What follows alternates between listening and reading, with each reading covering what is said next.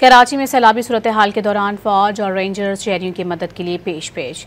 कराची के मुख्तलिफ इलाकों में पाक फौज और सिंध रेंजर्स के एहलकार शहरियों की मदद के लिए अहम शाहराहों पर मौजूद रहे।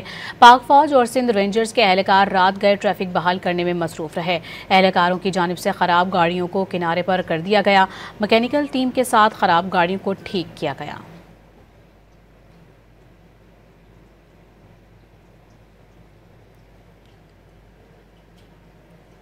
कराची में सैलाबी सूरत हाल के दौरान फौज और रेंजर्स शहरियों की मदद के लिए पेश।